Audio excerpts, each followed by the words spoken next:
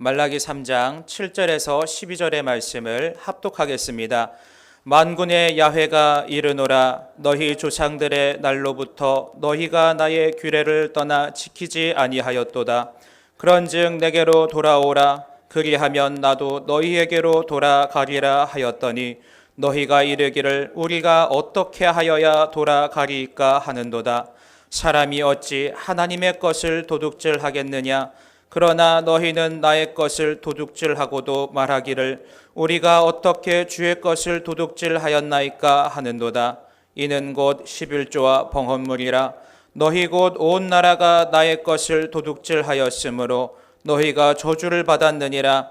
만군의 야훼가 이르노라. 너희의 온전한 11조를 창고에 들여 나의 집에 양식이 있게 하고 그것으로 나를 시험하여 내가 하늘문을 열고 너희에게 복을 쌓을 곳이 없도록 붙지 아니하나 보라. 만군의 야훼가 이르노라.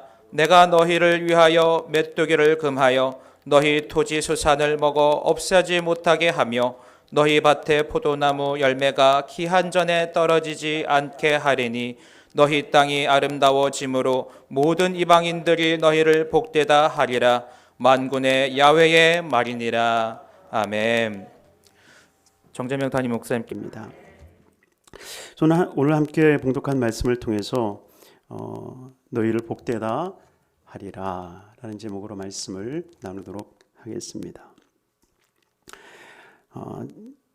지난 고난 시간에는 예수 그리스도의 고난에 대한 이야기를 나누면서 말라기를 잠깐 한 주 쉬었는데 다시 말라기로 돌아갔습니다.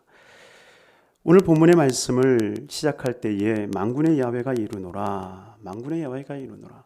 지난 시간을 여러분들 기억하십니까? 갑자기 하나님이 만군의 야훼다라고 이야기를 하십니다.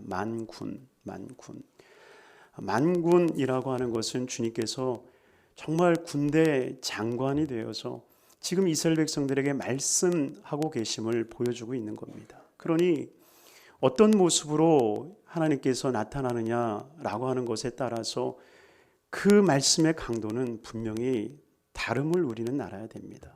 그러지 않겠습니까? 주님이 만군의 야훼다. 만군의 야훼다.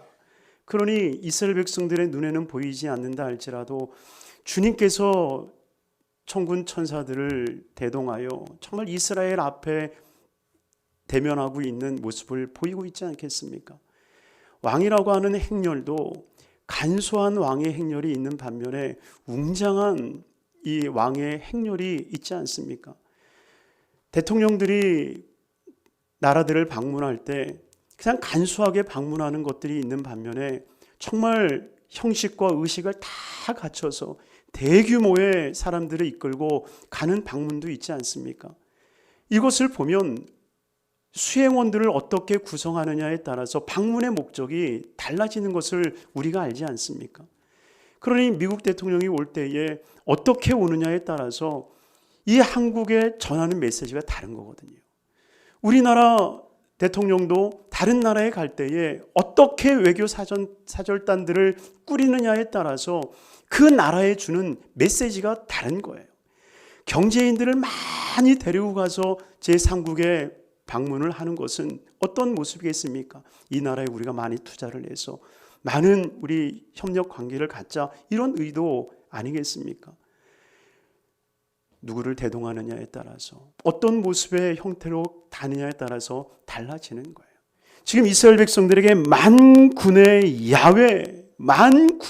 야훼, 그 하나님께서 말씀하고 있다라고 하는 것은 어쩌면 이스라엘 백성들을 향해서 최후 통첩을 하고 계심을 말씀하고 있다는 것입니다. 그러니 사랑하는 성도님들이요, 정말 하나님께서 최후 통첩하시기까지 거하면요 안 됩니다. 정말 하나님께서 말씀하실 때에 귀 기울여 듣고 또한 그것을 행할 수 있는 거룩한 우리 성도님들의 삶이 되기를 주의 이름으로 축원합니다. 혹 주님께서 엄중한 목소리로 우리에게 최후 통첩을 하실 때는 정말 긴장할 수 있는 삶이 돼야 돼요. 화내지 않는 선생님도 조용히 해라, 조용히 해라, 진짜 조용히 해라, 마지막으로 얘기하는데 진짜 조용히 해라. 그러면 아이들이 알고 조용해야 되는 거예요. 마찬가지예요. 주님은 우리에게 늘 사랑의 하나님이셨어요. 저는 우리 조영희 목사님의 탁월한 그 목회 신학 중에서 가장 두드러진 것이 나는 좋으신 하나님이라고 믿거든요. 그래서 우리 조영희 목사님 좋으신 하나님 그 찬양 참 많이 부르지 않았습니까? 예수님 찬양과 더불어서 좋으신 하나님을 참 많이 찬양하셨어요.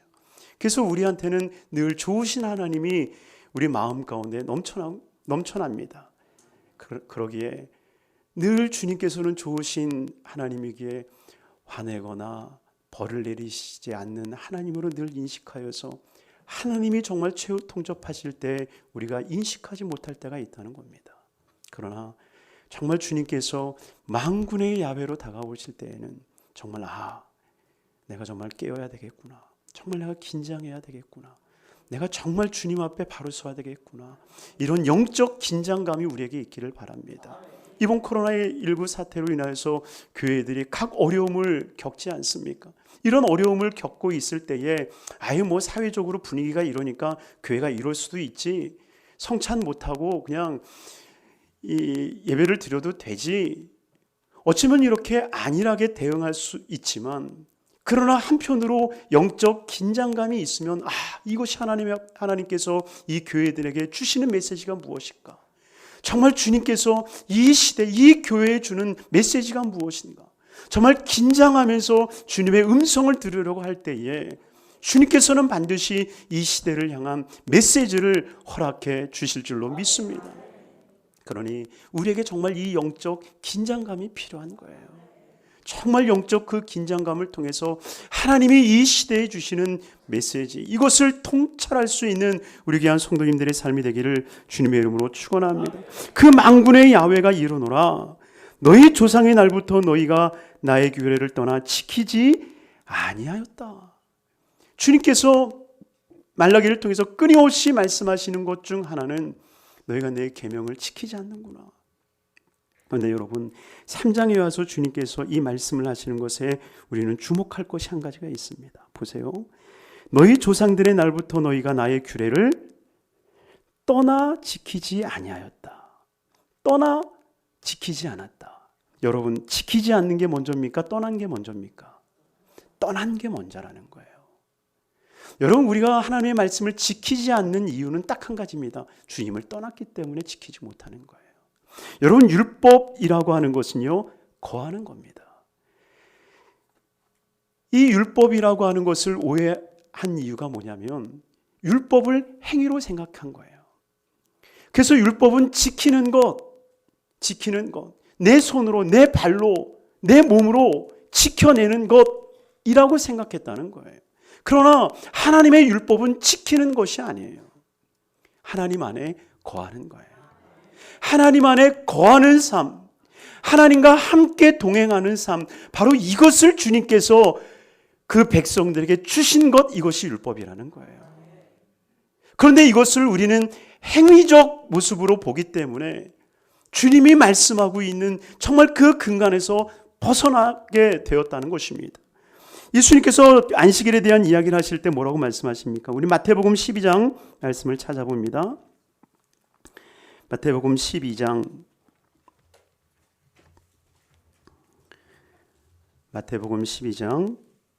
5절 말씀 우리 같이 읽겠습니다. 또 안식일에 제사장들이 성전 안에서 안식을 범하여도 죄가 없음을 너희가 율법에서 읽지 못하였느냐? 여러분 이 말씀에서 우리가 무엇을 볼 수 있습니까? 분명히 제사장이 성전 안에서 행위적 모습으로 보면 율법을 어기는 거예요. 맞죠? 율법을 어기고 있어요. 그런데 주님께서 뭐라고 말씀하십니까? 안식일에 제사장들이 성전 안에서 안식일을 범하는 것은 죄가 아니다라고 주님이 말씀하고 계시다는 겁니다. 이것은 무엇을 의미하고 있겠습니까?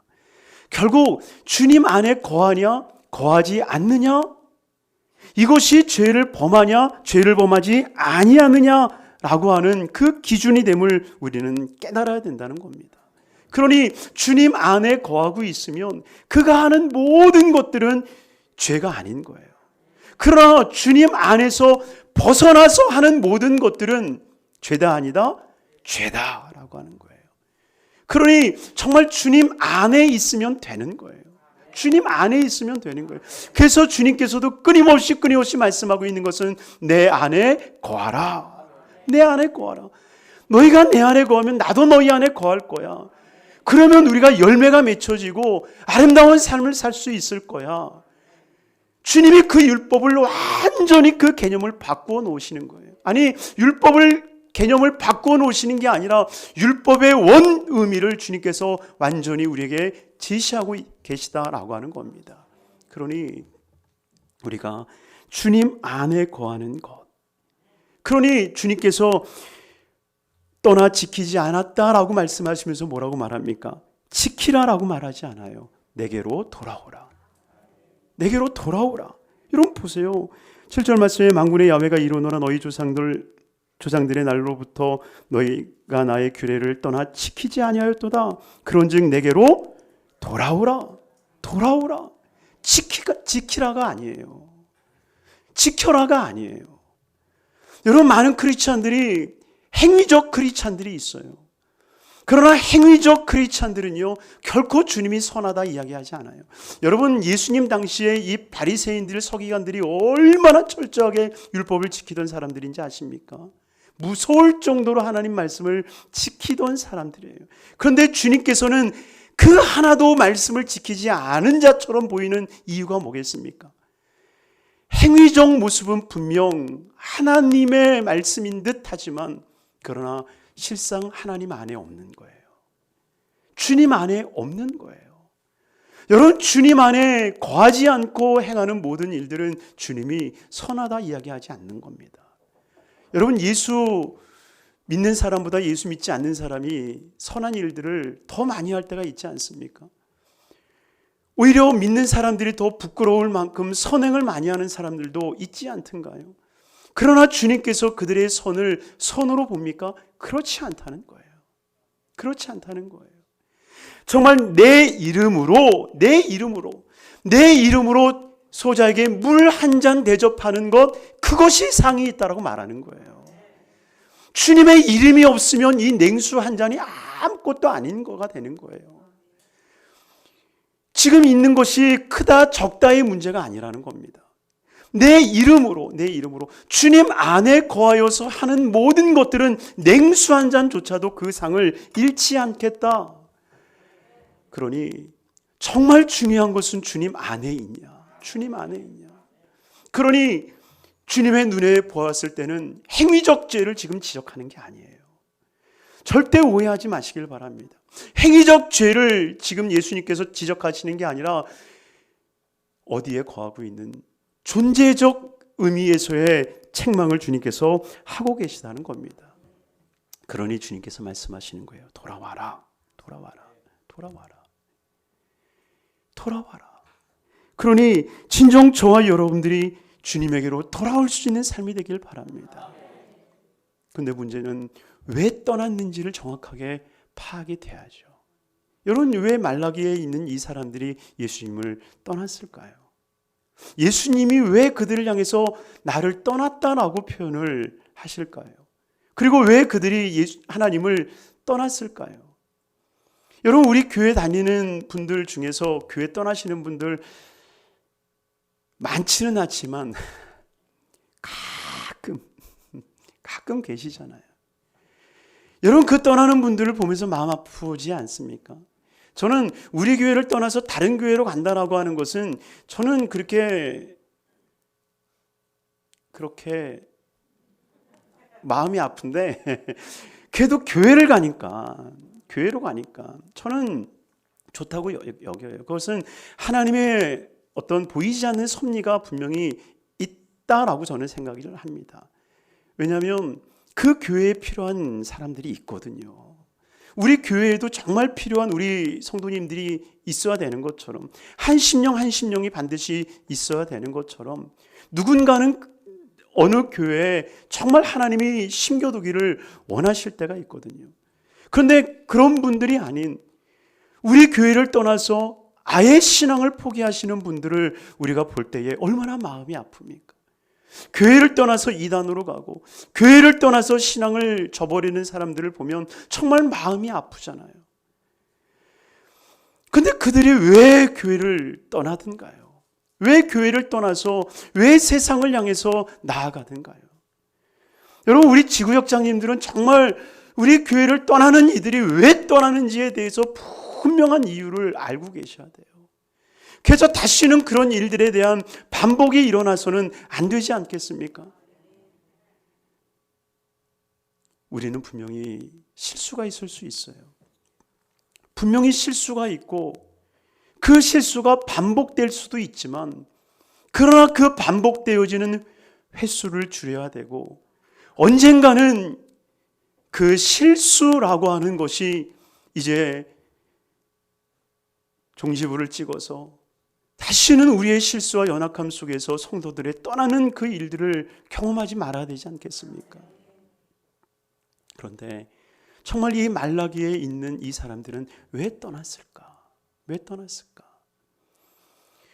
누가복음 19장에 나와 있는 이 탕자의 비유에서는 그가 떠난 이유는 딱 한 가지죠. 왜 그렇습니까? 아버지 집보다 세상이 더 좋아 보이거든요. 아버지 집보다 세상이 더 좋아 보이는 거예요. 여러분, 이 말이 이해가 되시나요? 사실 여기에 계시는 분들은 이해가 안 돼요. 그러나 그들을 헤아려 줄 수는 있지 않습니까? 사실 저도 소년기를 지나고 청년기를 지나 이제 장년기라고 해도 되나요? 접어들면서 그 어린 10대, 20대를 지났을 때는 저도 나름대로 하나님 앞에 헌신된 자다라고 하면서 정말 하나님 앞에 매달렸던 그런 시간을 보냈지만, 때로 이렇게 곁눈질해서 보면 정말 예수 믿지 않고도 잘 사는 사람들이 보이는 거예요. 나보다 더 행복해. 나보다 더 얼굴이 환해. 이게 뭐지?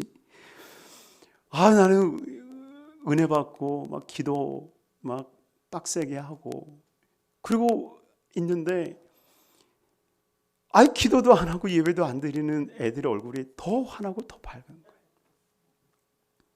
지금 실상 이 지금 말라기의 사람들이 그런 상황이었거든요. 왜냐하면 포로 귀환으로 돌아왔어요. 그들의 살림이 어땠을까요? 좋았을까요? 안 좋았을까요? 안 좋았죠. 포로의 귀환이었어요. 출애굽의 귀환이 아닙니다. 포로의 귀환이었어요. 출애굽 때는 나올 때에 은금을 주님께서 다 주셨잖아요. 애굽 사람들에게 요구하는 대로 다 금은을 다 가지고 나온 상태였거든요. 그런데 이 출애굽과는 달리 포로의 귀환 때에는 정말 연약하게 돌아왔습니다. 물론 스룹바벨의 귀환을 통해서 그 왕이 필요한 물건을 그들에게 허락하였지만, 그러나 성전을 완공하기에는 너무나도 역부족의 모습이었다는 겁니다. 그래도 이들에게는 희망이 있었어요. 내가 헌신하면, 내가 충성하면 하나님께서 역사해 주시겠지. 그래서 이들이 정말 열심으로 돌아와서 성전을 재건하고 성전을 지었는데, 이게 웬걸? 우리가 정말 하나님을 위해서 헌신하고 충성했건만 가만히 주변을 돌아보니까 자기들보다 더 잘 살고 더 풍요롭게 사는 이방 사람들의 모습을 보게 되더라는 겁니다. 그러니 이들이 뭐야, 하나님을 믿는 거하고 안 믿는 거하고 별반 차이 없네. 여러분, 이런 생각들이 한 번쯤은 우리 신앙생활하면서 들지 않습니까? 아니, 한 번이 아니라 두 번, 세 번 이 시험의 관문을 끊임없이 통과될 때가 있다라고 하는 것입니다. 주님께서는 출애굽 이 이스라엘 백성들이 가나안 땅에 들어가기 전에 이렇게 말씀을 하세요. 레위기 18장 말씀입니다. 레위기 18장 3절 4절 말씀. 레위기 18장 3절 4절 우리 같이 읽도록 하겠습니다. 너희는 너희가 거주하던 애굽 땅의 풍속을 따르지 말며 내가 너희를 인도할 가나안 땅의 풍속과 규례도 행하지 말고 너희는 내 법도를 따르며 내 규례를 지켜 그대로 행하라. 나는 너희의 하나님 야훼이니라. 여러분, 사실 우리 주변에 보여지는 것들을 보면 우리보다 더 잘 되는 모습들이 보일 때가 있다는 거예요. 믿지 않는 사람들이 잘 되고 믿지 않는 사람들이 형통한 그 모습, 이것을 보면서 우리가 마음이 무너질 때가 있죠. 그러니 주님께서 말씀하지 않습니까? 악인들의 형통함을 너희가 결코 부러워하지 말라는 거예요. 그런데 이 말라기의 이 사람들은 정말 그것을 부러워하기 시작하는 거예요. 내 당대에 하나님께서 역사해 주기를 간절히 바랬는데, 그런데 사랑하는 성도님들이요, 절대 하나님의 역사는 멈추지 아니하고 하나님의 계획대로 끊임없이 움직여짐을 우리는 기억해야 돼요. 그래서 저는 부사렐의 이야기를 참 좋아합니다. 여러분들 기억하십니까? 부사렐은 하나님의 성전을 재건한, 성막을 재건한 사람이었습니다. 학자들은 그 부사렐의 나이를 13살로 보고 있습니다. 13살짜리 꼬마 아이가 하나님의 성막을 지었다라고 하는 겁니다. 그러니 여러분 생각해 보세요. 13살 먹은 아이가 성막을 지은 거예요. 여러분 대단하지 않습니까? 여러분들에게 있어서 13살 손자 손녀들이 있습니까? 그 아이들이 성막을 짓겠다라고 하면 여러분들 어떻겠습니까? 근데 그 아이가 그렇게 성막을 지을 때에 가능할 수 있었던 것, 또 모든 사람들이 그를 인정해 줄 수 있었던 그 이유가 뭐였나요?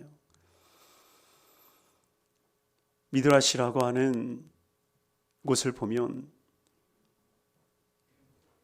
그 부사렐의 할아버지죠. 그 할아버지 훌에 대한 이야기가 나오지 않습니까? 모세가 기도할 때에 아론과 훌이 그 손을 받쳐주었던 그 훌의 손자였던 이 부사렐. 그런데 모세가 시내산에 올라갔었을 때에 모세가 더디 내려오자 이스라엘 백성들이 웅성웅성하기 시작하는 거예요. 모세가 죽은 거 아니야? 모세가 죽은 거 아니야? 이제 우리는 어떻게 하지? 그랬을 때 성경에 보면 잡족이라고 하는 사람들이 일어나서 우리를 인도하신 하나님을 만들자. 그래서 금송아지를 만들지 않습니까? 그때 그 금송아지를 만드는 것을 막아선 사람이 훌이라고 나와 있습니다. 그러니 그 사건 이후로 훌에 대한 이야기가 갑자기 사라지잖아요, 성경에. 그러니 거기에는 그 훌이 막아섬으로 인하여서 결국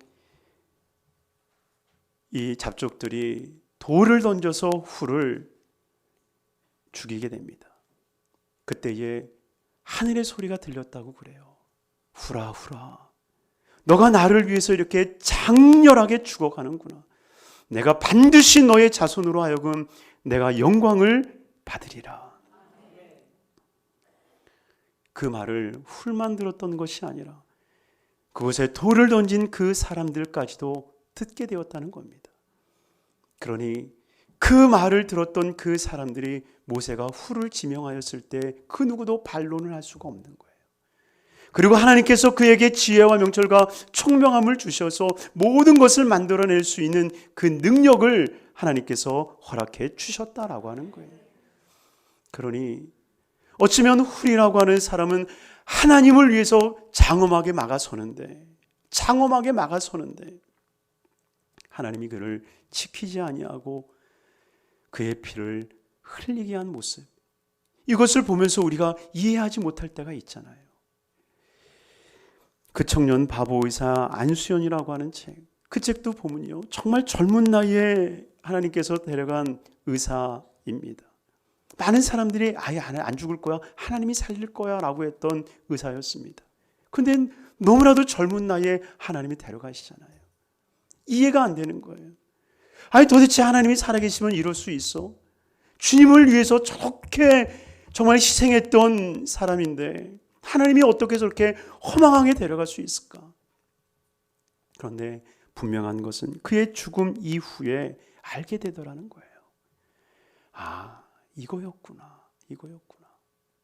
사랑하는 우리 귀한 성도님들이요, 우리는 정말 하나님께서 직선사관을 통해서 하나님의 역사를 이루어가고 있다라고 하는 것을 보셔야 돼요. 지금은 약간 정체되어 있는 것 같고 정말 수직곡선이 되지 않은 것 같다 할지라도 정말 하나님께서 우리를 향해서 저 천국을 향해서 나아가고 있다라고 하는 것을 우리는 기억해야 된다는 겁니다. 그래서 반드시 하나님께서 우리를 이끌어서 저 천국을 향해서 나아가게 하신다라고 해요. 이 확신, 이 믿음이 우리에게 굳게 서 있어야 됩니다. 그러니 주님의 말씀대로 우리가 주님 앞에 돌아갈 수 있는 이유가 거기에 있는 거예요. 잠시의 세상의 즐거움, 세상의 낙을 위해서 세상을 향해서 가는 것이 아니라 정말 주를 위해서 헌신할 수 있는 그 거룩한 모습으로 나아가게 되는 것입니다. 그래서 주님께서 너와 나라고 하는 표현을 쓰지 않습니까? 나도, 너도. 여러분, 왜 이런 1인칭, 2인칭의 단어를 쓰겠습니까? 관계거든요. 결국은 하나님께서 원하시는 건 뭔가 하는 게 아니라 너랑 나. 여러분, 너랑 나랑이라고 하는 그 표현만큼 친밀한 거 없잖아요. 여러분들이 저하고 친하다고 해도 너랑 나 이런 안 하시잖아요. 그런데 주님은 너랑 나라는 표현을 쓰고 계세요. 너랑 나. 여러분, 이 말에는 정말 친밀감이 숨겨져 있음을 아셔야 돼요. 우리 같이 한번 다시 너랑 나의 관계가 한번 돼보자. 주님 말씀하고 있는 거예요. 그러니 여러분, 신앙에서 뭔가를 하려는 게 아니라 주님과의 그 밀접한 관계 속으로 나아갈 수 있는 삶이 되기를 주님의 이름으로 축원합니다. 그랬더니 그들이 이야기를 하는 겁니다. 7절 후반절에 나와 있죠. 너희가 이르기를 우리가 어떻게 하여야 돌아가리까 하는도다. 우리가 어떻게 해야 돌아가리까? 여러분, 성경을 읽을 때 그 말하는 사람의 뉘앙스를 잘 파악하셔야 됩니다. 지금 이 백성들이 하나님이 야, 이제는 너희가 나를 떠나 지키지 않았으니 이제는 내게 돌아와. 너희가 내게 돌아오면 나도 너희에게 갈게 했더니 그들이 어떻게 돌아가나요? 라고 묻고 있는데 이 말은 돌아가겠다는 거예요? 안 돌아가겠다는 거예요? 지금 말라기에서 끊임없이 논쟁하고 있는 게 뭐냐면 주님이 나 너 사랑하는데 뭘 사랑해? 너희가 나한테 죄를 졌는데 무슨 죄를 져? 이런 지금 뉘앙스로 계속 말라기가 지금 형성되어지고 있거든요. 그러니 너희 나 떠났어. 이제 하나님 뭘 모르시네. 뭘 떠나요? 지금 나하고 얘기하고 있잖아. 내가 뭘 떠나요? 뭘 떠나요? 사실 이들은 지금 자기 자신이 떠났다라고 생각을 안 하는 거예요. 그렇잖아요. 지금 하나님이 말씀하고 있고 그들이 응답하고 있잖아요. 말씀하시고 응답하는 걸로 지금 이루어지고 있잖아요. 그러니 말하고 있는 이 소통의 모습을 통해서 떠났다라고 하는 것이 인식이 되나요? 인식이 안 되죠. 그러니까 이들은 얘기를 하는 거예요. 하나님 뭘 모르시네. 나 안 떠났어요. 나 여기 있잖아요. 나 안 떠났어요. 지금 그런 말을 하고 있다라고 하는 거예요. 그러니 하나님이 얼마나 답답하시겠습니까? 베드로가 성령을 받고 말씀을 전할 때에 많은 사람들이 마음에 찔려서 회개하기 시작합니다. 사도행전 2장 말씀인데요. 한번 찾아볼까요? 사도행전 2장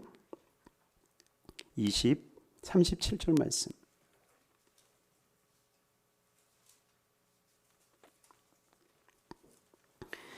사도행전 2장 37절 말씀.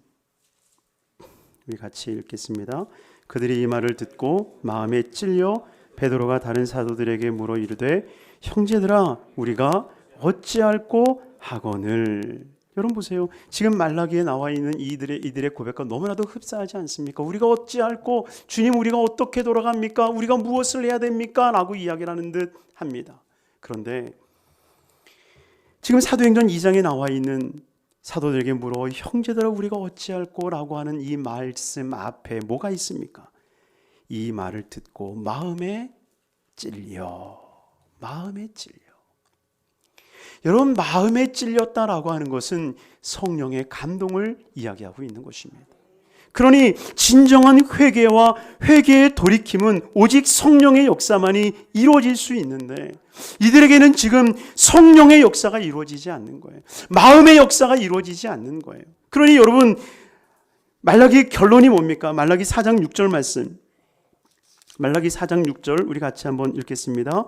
그가 아버지의 마음을 자녀에게로 돌이키게 하고 자녀들의 마음을 그들의 아버지에게로 돌이키게 하리라. 돌이키지 아니하면 두렵건대 내가 와서 저주로 그 땅을 칠까 하노라 하시니라. 아멘. 여러분, 말라기의 결론이 뭐예요? 말라기의 결론은 아버지의 마음을 자녀에게 돌아가게 하고 자녀들의 마음을 그의 아버지에게로 돌이키게 하는 것. 결국 마음의 문제였다라고 하는 거예요. 여러분, 절대로 행위의 문제가 아닙니다. 이제 지금부터 이제 11조에 대한 얘기를 할 텐데 11조에 대한 얘기를 해도 시험 들지 않기를 바랍니다. 말라기 그러면 11조 생각해서 말라기 본문만 나오면 막 긴장하기 시작하는데 그러지 마세요. 주님께서 말씀하고 있는 것은 결국 마음에 있다라고 하는 거예요. 지금 이 말라기의 사람들은 내가 어떻게 돌아가겠습니까? 내가 어떻게 주님을 사랑해야 되겠습니까? 내가 어떻게 해야 되겠습니까? 라고 아무리 외치지만 그들에게는 단 일말의 마음도 그들에게는 갖고 있지 않았다라고 하는 거예요. 마음이 없는 사랑의 고백과 마음이 없는 회개와 마음이 없는 돌이킴은 결코 아무것도 아니더라라고 하는 겁니다. 그러니 주님께서 이 말라기서를 통해서 결론을 맺는 것은 무엇이냐? 결국 마음이구나. 결국 마음이구나. 너희들이 내 마음으로 돌아와야 되겠고 내 마음이 너희 마음 가운데 들어가야 되겠구나. 그 마음의 교통함과 그 마음의 교감이 이루어지지 않는 한 그 어떤 것도 회복이 되지 않는 거예요. 그러니 마음을 읽는다라고 하는 것, 여러분, 이것이 정말 중요한 모습일 줄로 믿습니다. 그래서 우리 구역 식구들 간에도 서로 마음을 이해할 수 있는 모습이 되기를 바랍니다. 마음이 교류되고 마음이 알아지고 마음이 나눠질 때에 서로가 그 마음으로 돌아갈 수 있는 그 모습, 여기에서 회복의 역사가 일어나게 될 줄로 믿습니다. 그때 그러니 정말 이 말라기서를 통해서 주님의 마음을 헤아릴 수 있는 우리 모든 성도님들이 되길 주임으로 축원합니다. 그때 주님께서 8절에 이렇게 말씀을 하십니다. 우리 8절 말씀 우리 같이 한번 읽겠습니다. 사람이 어찌 하나님의 것을 도둑질하겠느냐? 그러나 너희는 나의 것을 도둑질하고도 말하기를 우리가 어떻게 주의 것을 도둑질하였나이까 하는도다. 이는 곧 11조와 봉헌물이라. 아멘. 여러분, 이 11조와 봉헌물에 대한 이야기를 나누기 전에 한 가지 분명히 우리가 정립해야 될 것이 있습니다. 그것은 바로 8절에 나와 있는 사람이 어찌 하나님의 것을 도둑질하겠느냐. 이 하나님의 것에 대한 개념을 우리는 분명하게 세워야 됩니다. 우리 학계 말씀 봅니다. 학계.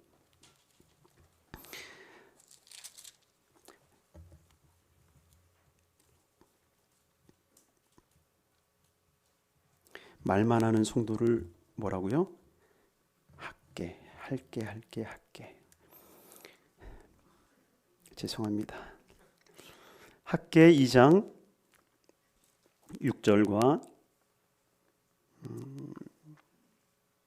학계 2장 6절부터 우리 함께 읽겠습니다. 만군의 야훼가 이같이 말하노라. 조금 있으면 내가 하늘과 땅과 바다와 육지를 진동시킬 것이요 또한 모든 나라를 진동시킬 것이며 모든 나라의 보배가 이르리니 내가 이 성전의 영광이 충만하게 하리라. 만군의 야훼의 말이니라. 은도 내 것이요 금도 내 것이라. 만군의 야훼의 말이니라. 우리 9절까지 같이 읽습니다. 이 성전의 나중 영광이 이전 영광보다 크리라. 만군의 야훼의 말이니라. 내가 이곳에 평강을 주리라. 만군의 야훼의 말이니라. 아멘. 여러분, 여기서 하나님께서 마치 모든 것이 다 내 것이다 라고 말씀하시는 것 같아요. 우리 아이들 띵깡 부릴 때 어떻게 합니까? 이거 내 거야, 내 거야, 내 거야, 내 거야, 손대지 마, 내 거야, 내 거야. 뭐 만지지도 못하게 하는 아이들의 띵깡 소리가 있지 않습니까? 그런데 학계서를 읽다 보면 이거 하나님이 띵깡 부리시는 건가? 뭐 이것도 하나님 거고 저것도 하나님 거라고 말씀하시네. 여러분, 왜 그럴까요? 여러분, 하나님은 하나님 거의 역사를 하십니다. 여러분, 이 개념을 잘 세워야 돼요. 하나님은요, 하나님의 영역에서 하나님이 역사하시는 거예요. 내가 하나님 것이 돼야 내게 역사하시는 거예요. 내가 하나님 거 아닌데 하나님이 역사하시겠어요? 안 하시는 거예요. 천국은 자기 밭에 씨를 뿌리는 자와 같더라. 자기 밭에 씨를 뿌리지 남의 밭에 씨를 안 뿌립니다. 여러분, 그거 아셔야 돼요. 그래서 진주를 발견하고 그 땅을 사서 내 밭으로 만드는 거예요. 내 밭으로 만들어야 결국 그 보화가 내 것이 되니까. 하나님의 역사가 그겁니다. 이것도 내 것이다, 저것도 내 것이다 라고 하는 이유가 뭐예요? 바로 여기에서도 하나님이 역사하고 저기서도 하나님이 역사하고 이 모든 우주 만물에서 하나님이 역사하실 것을 선포하고 계신다라고 하는 거예요. 하늘도 하나님의 것이고 땅도 하나님의 것이고 그 가운데 모든 것이 하나님의 것인 거예요. 그러니 하나님께서는 하늘에도 역사하시는 것이고 땅에도 역사하시는 거고 모든 만물에서도 역사하여 주시는 거예요. 그러니 내가 하나님의 것이다라고 인정을 할 때에 하나님이 역사하기 시작하는 거예요. 아브라함이 아들 이삭을 낳고 하나님, 이 아들은 하나님의 것입니다라고 인정할 때 하나님은 그 아들을 통해서 역사에 가시는 거예요. 야곱이 12자녀를 낳고 이 12자녀는 하나님의 것입니다라고 고백할 때에 하나님이 그들을 12지파로 세워주시는 거예요. 그러니 우리가 하나님의 것이라고 하는 그 인정되어짐이 우리에게 있어야 된다라고 하는 것입니다. 반드시 이 모습이 있어야 돼요. 모세가 하나님의 부르심을 받았을 때에 나이 80이었습니다. 못하겠다고 얘기하죠. 그러나 나이 40에 그가 쓰임받기를 원했을 때 주님은 안 쓰시죠. 여러분, 무슨 차이가 있겠습니까? 나이 40에 모세가 사역하려고 했던 것은요, 자기를 돕는 하나님으로 생각했다는 겁니다. 그러나 나이 80이 돼서는 이제 하나님이 모세를 넌 내 거야. 너 내 거야. 그러니까 하나님이 역사하기 시작하는 거예요. 여러분, 우리가 정말 하나님 거가 되는 훈련, 하나님 거가 되는 그 과정이 통과돼야 돼요. 주님은 절대로 하나님 것이 아닌 것에 역사하지 않아요. 여러분, 심지어 예수님께서 사역을 하실 때에 자식에게 줄 것을 개들에게 던짐이 마땅치 않다. 수로보니게 여인에게 말씀하신 것 아닙니까? 이방 여인이 와서 내 딸 좀 고쳐주세요, 내 딸 좀 고쳐주세요 라고 했을 때 주님이 하신 말씀이잖아요. 자녀에게 줄 떡을 개들에게 주지 않는다. 주님이 얼마나 엄중하게 말씀을 하십니까? 그러니 정말 우리가 하나님 안에서 복을 받고 하나님 안에서 기적과 능력을 체험하고 하나님 안에서 형통한 삶을 살기를 원한다면 우리는 정말 하나님 것이 되는, 내가 주님의 것입니다 고백할 수 있는 삶이 돼야 된다는 거예요. 그래서 하나님 것 따로 내 것 따로 이게 아니라 나의 모든 영역이 하나님의 것입니다. 하나님 통치하여 주옵소서. 내 가정은 하나님의 것이오니 이 가정을 통치하여 주옵소서. 하나님, 이 귀한 교회가 하나님의 것이오니 하나님 통치하여 주옵소서. 하나님, 이 나라와 민족이 하나님의 것이니 이 나라와 민족을 통치하여 주시옵소서. 바로 그 모습이 우리의 모습이 될 때에 하나님께서는 역사에 가신다라고 하는 거예요. 그러니 하나님 것, 하나님 것. 하나님이 하나님 것 통해서 하나님 것 안에서 역사한다라고 하는 이 귀한 사실을 잊지 마시기를 주님으로 축원합니다. 바로 그 하나님께서 왜 우리에게 가르치고 있는 것 한 가지, 정말 천지 창조를 통해서도 우리에게 분명하게 알려주시잖아요. 여러분 정말 이 개념 정말 굳게 세워야 됩니다. 하나님은 우리의 무엇인가를 요구하시는 분이 아니세요. 그러니 하늘을 창조하신 하나님, 땅을 창조하신 하나님, 그 가운데 모든 것을 창조하신 하나님, 이것을 우리에게 주고 싶으신 거예요. 정말 믿으시길 바랍니다. 하나님은 정말 여러분들에게 다 주기를 원하고 계시는 거예요. 우리 마가복음 12장을 한번 찾아보겠습니다. 마가복음 12장 1절 말씀. 마가복음 12장 1절 2절 말씀 같이 한번 읽겠습니다. 마가복음 12장 1절 같이 읽겠습니다.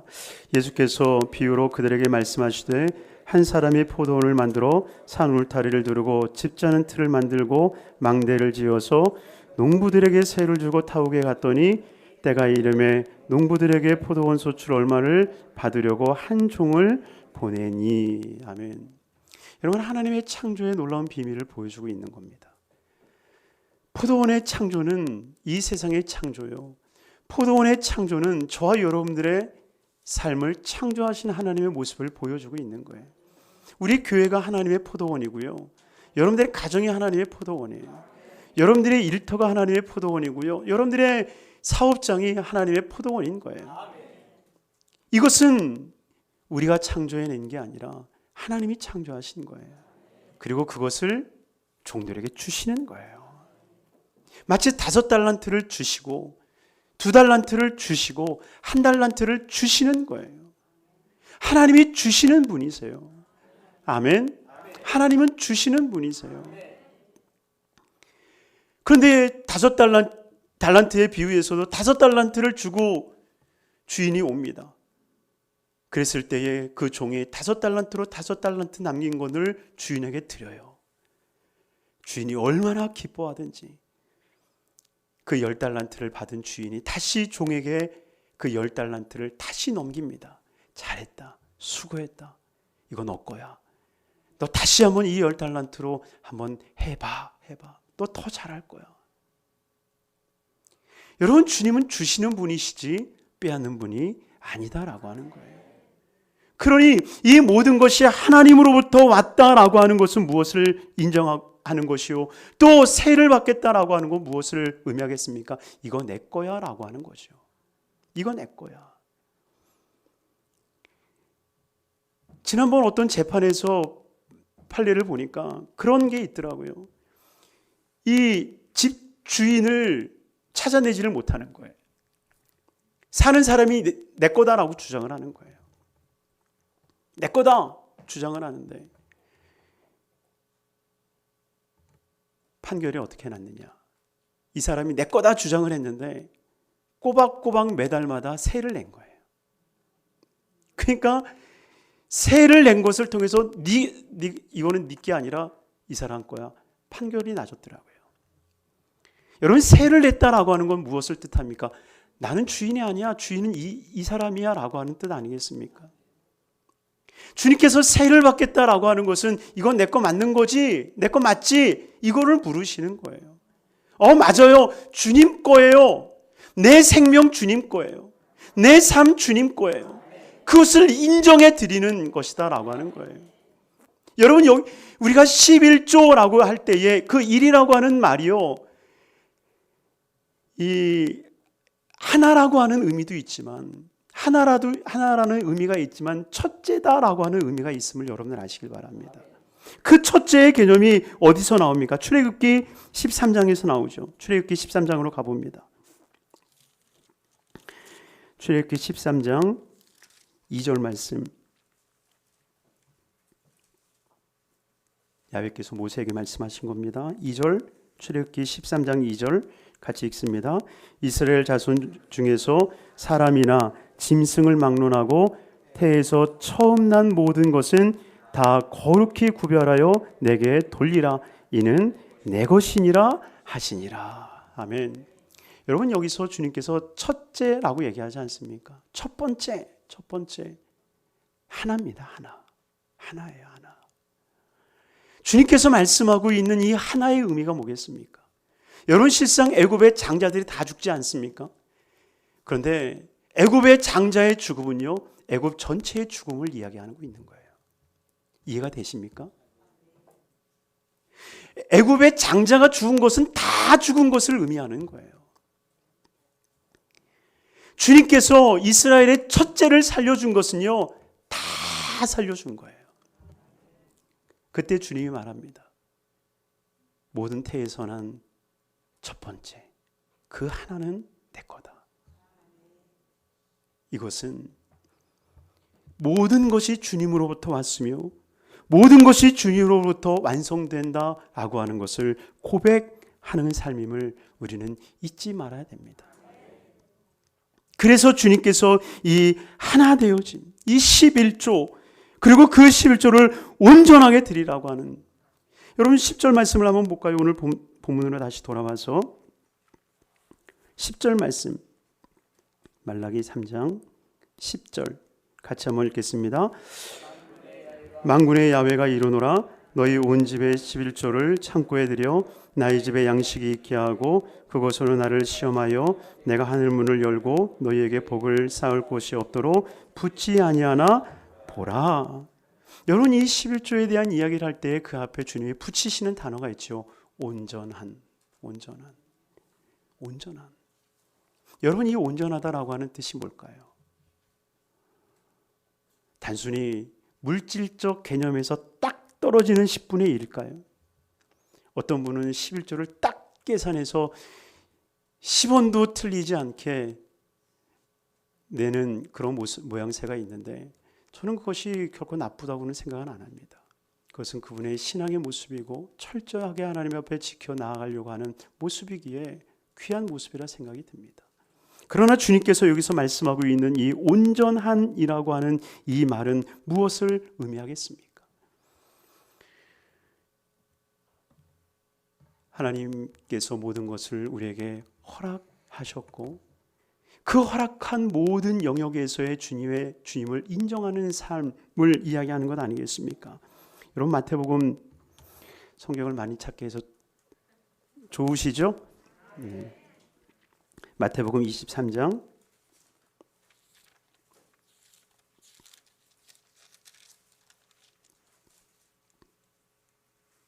23절 말씀 우리 같이 읽겠습니다.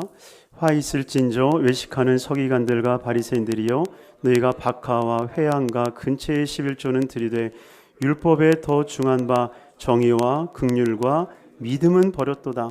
그러나 이것도 행하고 저것도 버리지 말아야 할지니라. 아멘.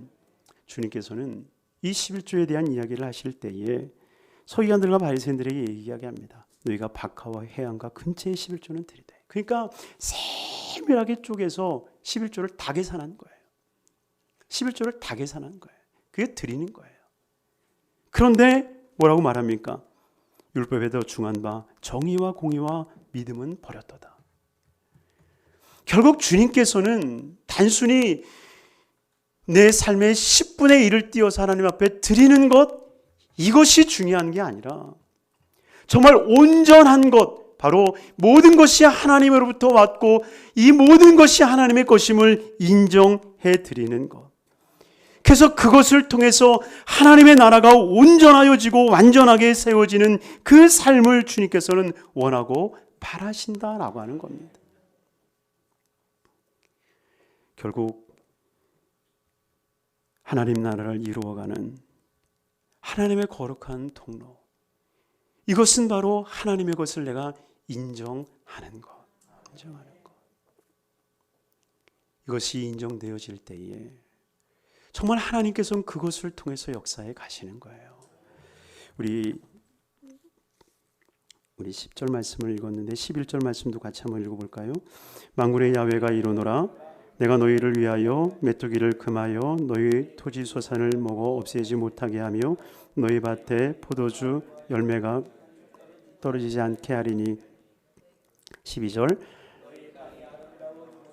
모든 이방인들이 너희를 복되다 하리라 만군의 야훼의 말이니라. 아멘. 결국 주님께서는 이 삶에서 주님의 이 역사하심을 인정케 하는 것. 여러분, 엘리야가 사렙다 과부에게 이야기했던 것을 기억하십니까? 먹고 죽을래야 먹을 것이 없는 그 여인에게 먼저 내게 떡을 해오고 그리고 나중에 네 아들과 먹어라. 속으로 사렙다 과부가 웃었을 거예요. 네 입에 들어가면 끝나. 내 입에 들어올 거 없어. 그런데 하나님께서는 그를 통해서 어떤 역사를 이루어 주십니까? 그 기름병에 기름이 떨어지지 아니하고 그 가루통에 가루가 떨어지지 않는 은혜를 주시더라는 거예요. 여러분, 우리는 이것을 믿어야 됩니다. 내 삶에서 하나님을 인정하고 하나님의 역사를 나타나기를 소망하는 그 삶에는 하나님이 반드시 그 삶의 결과를 정말 복되게 하여 주신다는 거예요. 주님의 은혜로 부자가 된 사람들, 강준식 씨가 쓴 그 책에도 보면 정말 뉴욕에서 이 중앙일보 논설위원으로 이 일을 하고 있는데 미국에서 부자들을 가만히 보니까 공통점이 하나가 보이는 거예요.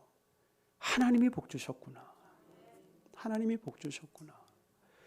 그것을 보면서 이 기자니까 그 부자들을 따라다니면서 취재를 한 거예요. 그리고 나서 책을 쓴 것이 주님의 은혜로 부자가 된 사람들. 그런데 그때 그 삶의 모습, 그 중심을 보니까 열이면 열, 백이면 백, 모든 사람들이 정말 하나님께서 내게 주셨다라고 하는 그 믿음과 더불어서 하나님이 주신 것을 통해서 하나님의 일을 하는 삶을 보이더라라고 하는 거예요. 그것이 11조의 모습으로, 그것이 선교의 모습으로 나타나게 되더라는 겁니다. 아, 이거구나. 하나님의 것이라 인정할 때에 하나님이 책임지시고 하나님이 역사에 가시더구나. 이것을 보고 그가 그 책을 통해서 우리에게 도전하고 있는 거예요. 과연 우리의 삶이 하나님의 것이라 우리가 인정을 하고 있는가? 우리는 하나님의 것을 하나님 것으로 인정할 때에 정말 우리의 삶이 복되어짐을 기억하시길 바랍니다. 조영기 목사님이 11조에 대한 이야기를 하시다가 그런 이야기를 하시는 것을 들은 기억이 있습니다. 하나님은 믿는 사람들에게 11조를 받을 뿐만이 아니라 믿지 않는 사람들에게까지도 11조를 받으신다. 그들이 모를 뿐이다. 여러분, 그것이 어떻게 나타나겠습니까? 방금 읽었던 11절의 모습 아닙니까? 만군의 야훼가 이르노라 내가 너희를 위하여 메뚜기를 금하여. 나도 모르는 메뚜기들이 이 앗아가는 모습을 보게 되더라라고 하는 겁니다. 그러니 정말 하나님께서 붙잡아 주시고 복 주시는 인생이 무엇이겠습니까? 정말 토지의 소산을 먹어 없애지 못하게 하고 밭의 포도나무의 열매가 기한이 차기 전에 떨어지지 않게 하시는 그 복, 이것이 누구에게 주어지겠습니까? 정말 모든 것이 하나님께로부터 왔음을 인정하고 주님과 더불어 살아가는 삶인 줄로 믿습니다. 그래서 12절의 결론을 이렇게 맺는 거예요. 너희 땅이 아름다워짐으로, 너희 땅이 아름다워짐으로 모든 이방인들이 너희를 복되다 하리라. 너희를 복되다 하리라. 우리 옆에 분들에게 한번 이야기해 드릴까요? 당신은 복된 사람입니다. 왜냐? 하나님께서 우리의 땅을 아름답게 만들어 주시니까. 여러분 기억하시죠? 신명기에 주님께서는 너희가 밟는 땅을 복되게 해주고 너희 손으로 만지는 것을 복되게 하겠다고 말씀하십니다. 왜요? 땅이 알아보거든요. 땅이 알아봐요. 땅이요 희한해요. 믿음의 사람들이 선 거와 믿지 않는 사람이 선 것을 구분할 줄 알아요. 난민은 물질의 욕심이 가득한 사람이 서 있으니 정말 난민은 더 점점 열악하여지고, 북민은 정말 척박한 땅이었지만 믿음의 청교도인들이 서니까 그 땅이 비옥해지지 않던가요? 여러분, 이것을 우리는 역사적인 사건을 통해서 볼 수 있어야 됩니다. 그러니 정말 저와 여러분들이 하나님 마음에 거하고 또한 하나님 나라를 이루는 그 거룩한 이 헌신을 통하여서 진정 하나님이 여러분들을 아름답게 하시는 복된 삶이 되기를 바랍니다. 반드시 저와 여러분들의 삶을 아름답고 귀하게 만들어 주셔서 정말 이방 사람들이 볼 때 참 너는 복된 사람이야 이야기 되어질 수 있는 귀한 삶이 되시기를 주님의 이름으로 축원합니다. 우리 나의 안에 거하라 찬양을 한번 들으시고요. 우리 한번 기도하실 때 정말 주님 안에 거하는 자 되게 하여 주옵소서. 여러분, 주님이 원하시는 것은 정말 주님 안에 거하는 거예요. 주님 안에 거해서 주님이 주시는 감동대로 억지로나 인색되어짐이 아닌 정말 자원되어지고 헌신되어지는 마음으로 하나님 앞에 나아갈 수 있는 삶, 주님이 그것을 원하고 있는 것입니다. 그러니 이 찬양을 통하여서 주님 안에 거하며 주의 감동을 따라 나아가는 삶이 되게 하여 주옵소서. 우리 찬양하고 하나님 앞에 기도하겠습니다. 사랑하나 충만하신 아버지 하나님 감사합니다. 하나님의 거룩한 백성들이 주 앞에 나와 예배하게 하여 주심을 감사합니다. 아버지 안에 우리를 지명하여 부르신 줄로 믿사오니 아버지 하나님 정말 주님의 그 친밀감 속에 들어가게 하여 주옵소서. 너희가 내 안에 내가 너희 안에 거하리라. 아버지 하나님 주님 안에 거하면 아버지 많은 결실을 맺는 줄 믿사오니 주여 정말 우리가 주 안에 거하는 자 되게 하여 주셔서 우리의 가정이 우리의 삶이 우리의 교회가 정말 열매를 맺는 거룩한 교회가 되게 하여 주시옵소서. 하나님 마음에 소원이 있어 기도하는 심령들마다 응답하여 주시고 또한 병들어 지쳐있는 모든 영혼들에게 치료하여 주셔서 영육간의 강건함을 얻게 하여 주시옵소서. 우리 교회 예배가 회복되게 하여 주셔서 하나님 앞에 큰 영광이 되게 하여 주옵소서. 예수 그리스도 이름 받들어 축복하고 기도드리옵나이다. 아멘. 아멘.